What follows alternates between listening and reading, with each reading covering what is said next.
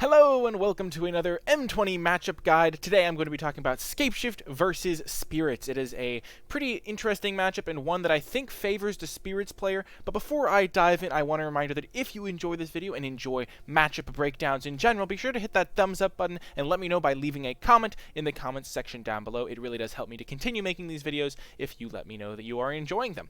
Also, be sure to subscribe to the channel so that you don't miss any future videos, and also to join the community we have here on YouTube. But without further ado, let's get into the matchup. First of all, we will be talking about briefly what Scapeshift does, because that is the focus deck. That's the deck I am playing. Scapeshift is essentially a ramp-based combo deck. It uses Scapeshift combined with Field of the Dead to make a large number of zombies. Essentially, you get 7 lands into play, and then the way Scapeshift works is it's 2 green, sacrifice any number of lands, so you basically sacrifice every land you have. Search your library for that many lands and put them onto the battlefield tapped. The way Field of the Dead works is when you have 7 lands with different names, including Field of the Dead, you get a 2/2 zombie for each land that enters, and when they all enter at the same time, they all look at each other at the same time. So if I sacrifice 7 lands, the Field of the Dead counts all 7 of them as unique lands, and I get 7 zombies, and it gets larger and larger the more lands you end up sacrificing. You can even get multiple Fields of the Dead if you have enough lands in play. Other cards in the deck, there are Arboreal Grazers and Growth Spiral for some early game ramp. Arboreal Grazer also provides you a little bit of defense, and just getting those extra lands into play is super good because we do run 29 lands in this deck. Elvish Rejuvenator and Grow from Ashes are 3 mana acceleration. Elvish Rejuvenator is also good because it can put a Field of the Dead into play, so that even in the matchups where you aren't Scapeshift comboing people, you can just slowly grind them out with zombies. Circuitous Route is good for just getting all the way up to 6 mana, and then on the next turn after that, you can play a Scapeshift and get a bunch of zombies.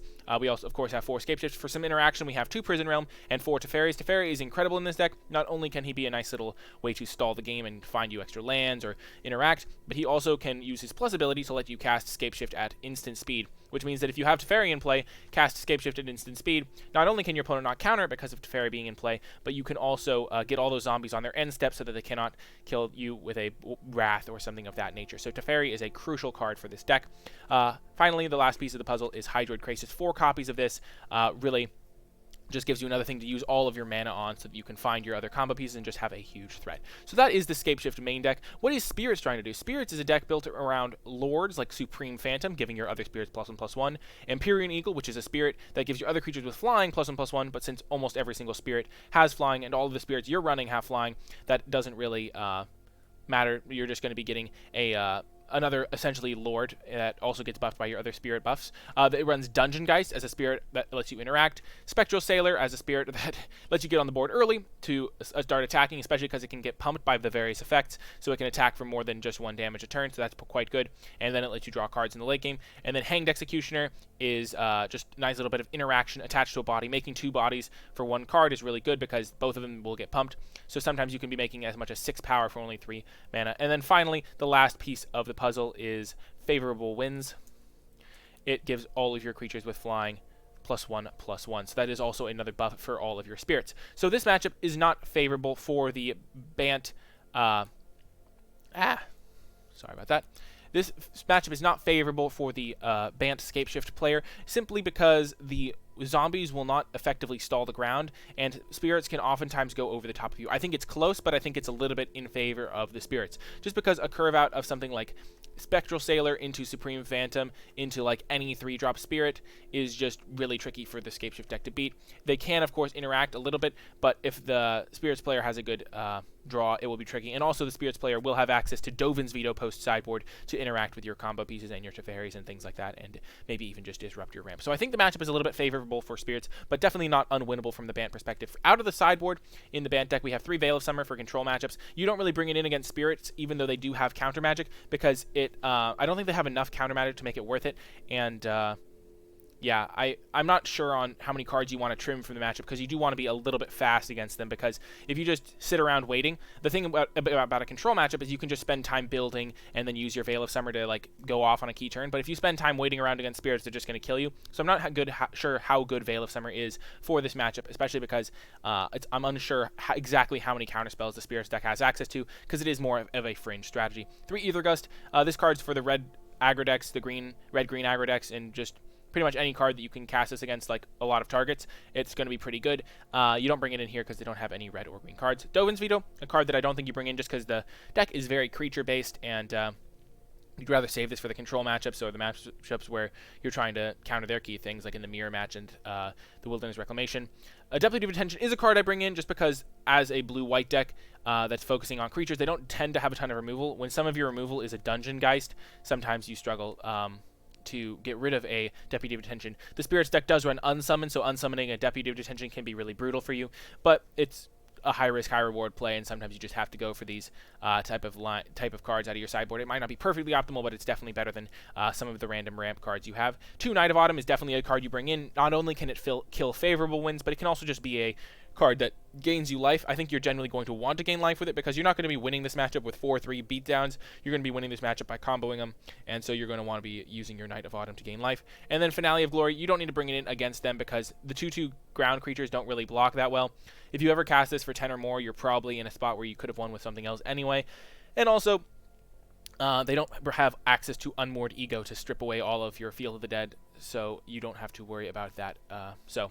Yeah, that is the sideboard, that is the matchup, but without further ado, I'll show you the actual match I played against Spirits. You'll get to see a little taste of how this matchup plays out. Remember to hit that thumbs up, subscribe to the channel, leave a comment if you have any questions, and I hope you enjoy the match.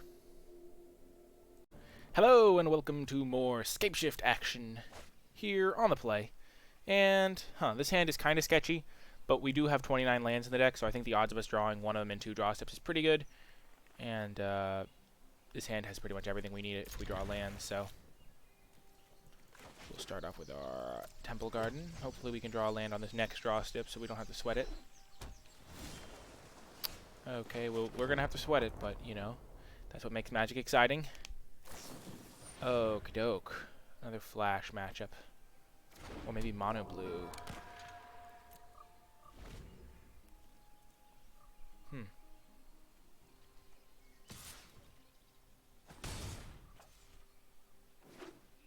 Ooh, fancy. Well, that's not the land we wanted, but, you know. Can't always get exactly what you want. Oh, it's blue-white Spirits. This should be an interesting matchup. I'm not sure how good it is. But if we can hit some lands. So I think we're going to have to gamble on hitting a land here, because the way this is going to work out is we want to hit a land. If we play Elvish Rejuvenator, it just doesn't do anything. I guess Elvish Rejuvenator is a guaranteed land, but Teferi bounce this guy, hit a land. Sounds like the best possible way for me to get back into this game, because I'm a little bit behind, so I have to like buy myself some time if I can. Right on schedule. I've got time. Perfect. We just need to get up to 7 lands in reasonably healthy shape. So drawing a land would be a crucial thing. Because also we just want to get this Crisis into place so we can start trading. You just let me know if you're up for round 2. Just need to get up to 7 lands. Okie doke. Oops. Oops daisies. We don't... Oh, we do, yeah.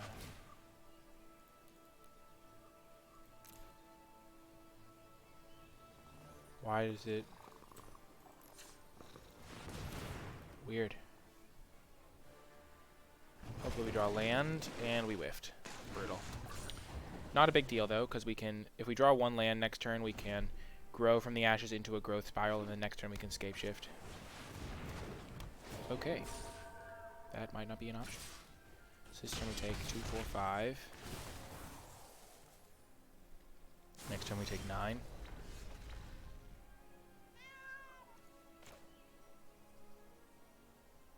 I think this game's over. I think we needed to hit some better stuff.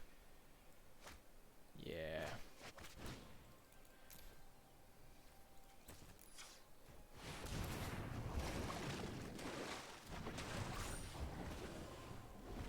Huh.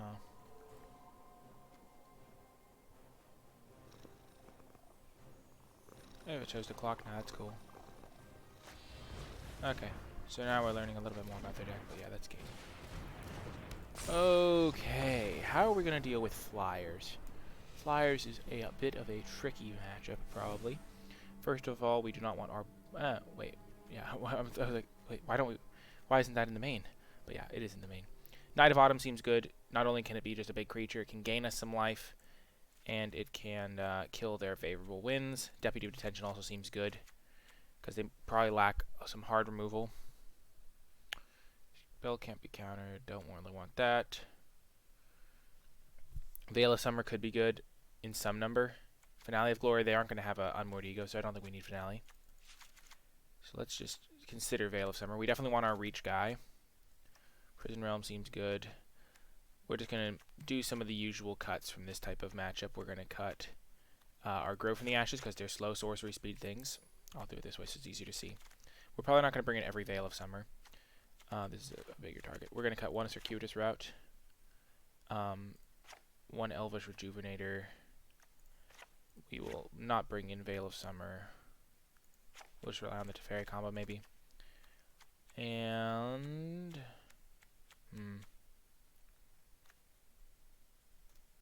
let's cut 2 Elvish Rejuvenators. No, that seems a little bit much. Is cutting Scapeshift crazy? We definitely want the reach. We want those.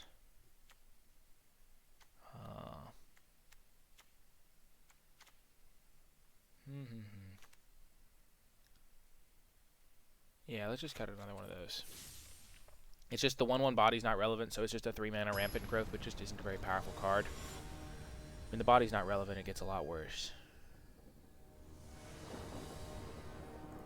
Play first, and this hand is much better than the last hand we kept. We get to start off with a Tranquil Cove. We'll do that because... no. Play Guildgate. So we have more islands than plains. We have more sources of blue that come in untapped than white that come untapped, I think. So we'll start with the Cove, and then we can go turn 2, Growth Spiral, turn 3 to Fairy.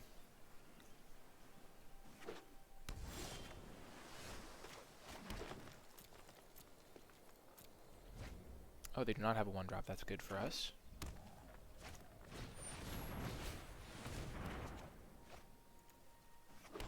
We want to get that into play so that we can play our Teferi next turn because we didn't have another blue source.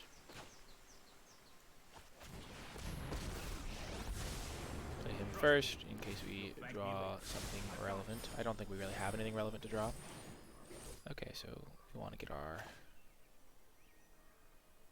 Blossoming Sands into play.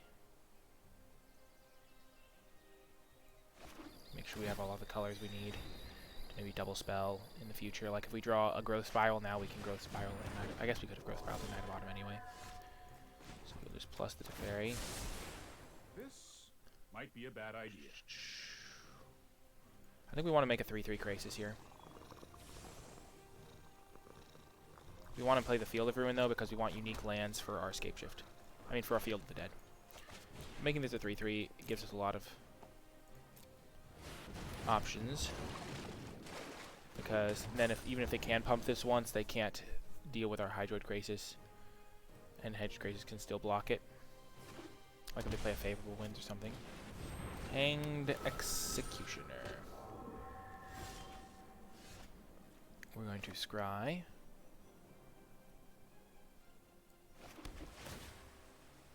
Field of the Dead we do not really want here. We'd rather get it out with Scapeshift, I think. Plus Teferi. Oh, I've done the hero thing. Knight of Autumn just to gain some life, I think. Because we're not really planning on attacking, we just want to survive long enough to Scapeshift. Favorable Winds. Sure.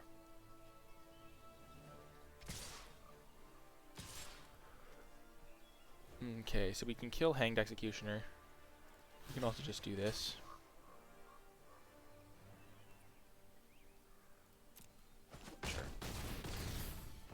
Fairy's gone. Hopefully they don't have Spell Pierce. Oh, never mind. Now it doesn't matter. 3. Okay, we have saved this forest successfully. We have 3, 4, 5, 6, 7.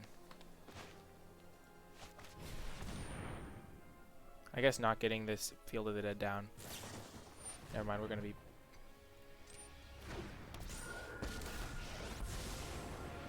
I can no longer stand by and watch. So we can just bounce the token and then make all of our things.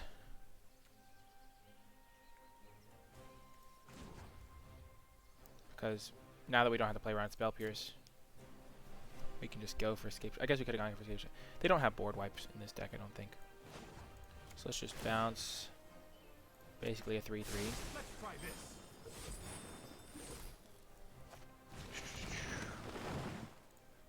3, 4, 5, 6, 7. So we want one Field of the Dead, and then we go over here and we look for all of the gain lands. So take the Thorn Falls. And then we want a temple. A couple temples.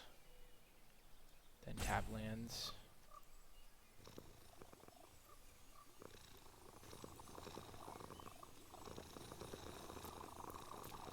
So yeah, choosing your lands might not seem like a big deal, but it's actually pretty important. And now we end up with 7 zombies. And then we play Field of the Dead, we'll start making more. And we get a couple scries. Ooh, we can do it again next turn. And they concede. Okay, yeah, they were not going to win that game, I don't think. Okay, so on the draw for game 3.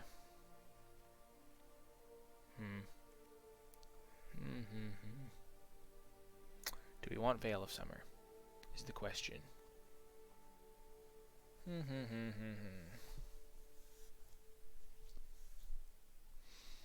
feel like Veil is potentially an option. If Rejuvenator is useless anyway, we could just play Grow from the Ashes in its place.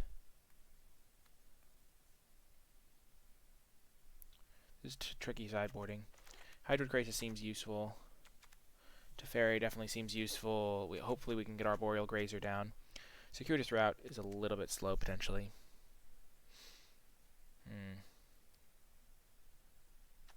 I'm not sure how good Deputy Detention will be. Seems like a fine roadblock. So I think we want to bring back in a Grow for a Rejuvenator.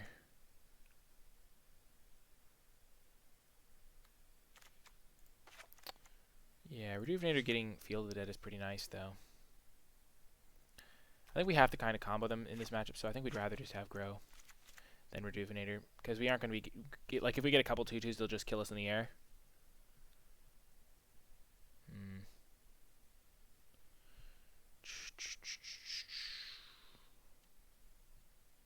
We need to have one of our early game ramp spells in our hand, but we should be fine. Let's cut... No, we aren't going to cut any Teferis. Okay. I'm confident with this configuration, I think. Especially because Teferi can just, like, buy us some time, gain us a little bit of life, essentially, by being a roadblock. Okay, this hand is close to keepable. We don't have any early game acceleration, but we only have 7 of those in our deck, so I think we keep this. We have a Prison Realm. As long as they don't go 1-drop, 2-drop, 3-drop. And they scoop it up. Nice!